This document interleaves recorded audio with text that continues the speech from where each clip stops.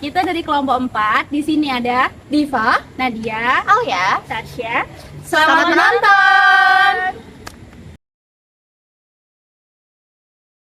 Halo semuanya, pernahkah kalian mendengar istilah politik dinasti? Yap, pada kesempatan kali ini kita akan membahas kasus nyata yang pernah terjadi di Indonesia, khususnya di Provinsi Banten. Melalui studi kasus Ratu Atut-Khosyah, kita akan menelaah bagaimana kekuasaan terpusat dalam lingkaran keluarga yang dapat membawa dampak negatif bagi tata kelola pemerintahan maupun pembangunan daerah.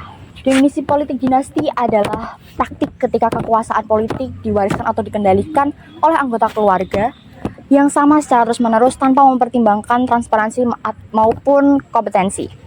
Biasanya hal ini ditandai dengan anggota keluarga pejabat yang saling menduduki jabatan penting dalam mempengaruhi pemerintahan maupun legislatif.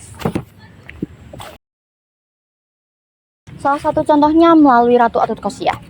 Tetapi sebelum kita bahas lebih jauh dampaknya, siapa sih sebenarnya Ratu Atut-Khosyah ini? Yap, jadi Ratu Atut-Khosyah ini lahir di Pandeglang dan merupakan anak dari Tubagus Kasansokip, di mana ia merupakan seseorang yang sangat berpengaruh di Provinsi Banten. Secara akademis, Ratu Atut-Khosyah menyelesaikan pendidikan S1 di Universitas Islam Negeri Syarif Hidayatullah Jakarta, kemudian meraih gelar S2 di Universitas Borobudur dan S3 di Universitas Pajajaran. Namun, gelar-gelar tersebut tidak sebanding dengan kinerja pemerintahannya, yang justru diwarnai dengan berbagai praktik korupsi dan penyalahgunaan kekuasaan.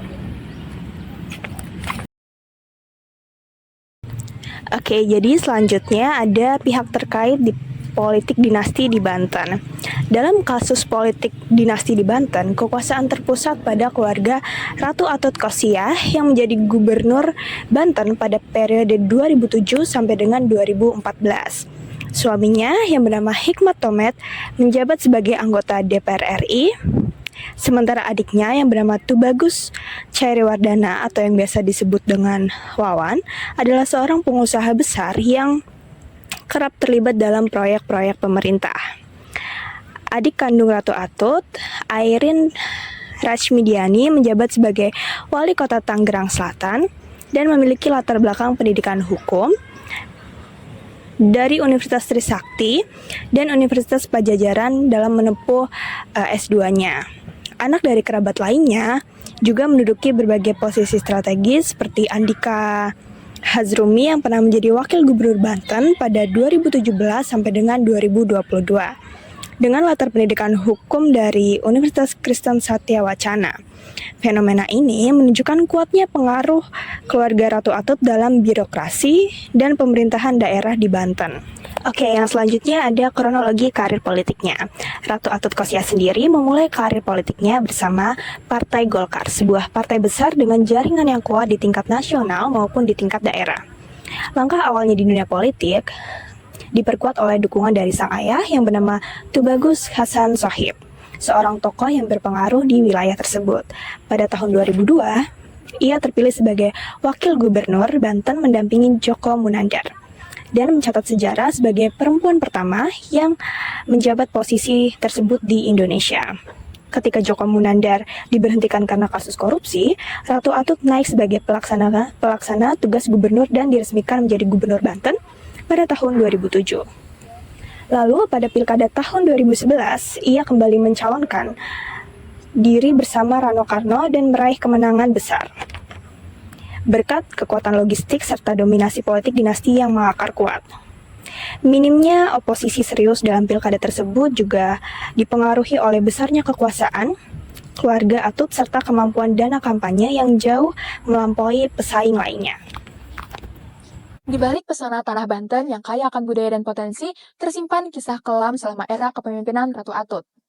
Tahun 2013 merupakan momen tak terlupakan ketika KPK berhasil mengungkap kasus suap Mahkamah Konstitusi yang dilakukan oleh Ratu Atut.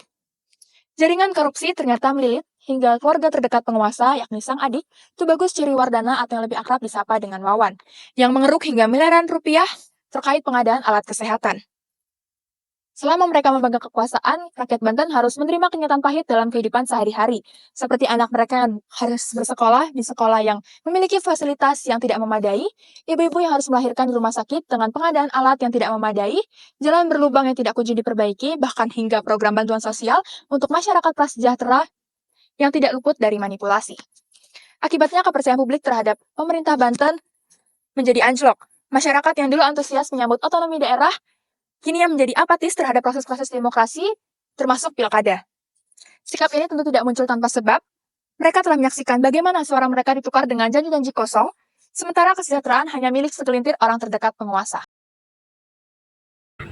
Halo, di sini saya bakal menjelaskan tentang dasar hukum politik dinasti. Kita bisa melihat di Undang-Undang Nomor 10 Tahun 2016 di pasal 7 bahwa setiap warga negara itu berhak untuk mencalonkan dirinya sebagai calon gubernur, wakil calon gubernur, calon bupati, wakil calon bupati, calon wali kota, dan wakil calon wali kota. Di pasal 7 itu kan sudah ditegaskan, namun dengan adanya politik dinasti, maka hal tersebut itu dilanggar.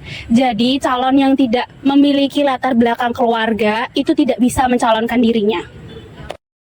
Baik, yang selanjutnya saya akan menjelaskan tentang solusi untuk mengantisipasi politik dinasti.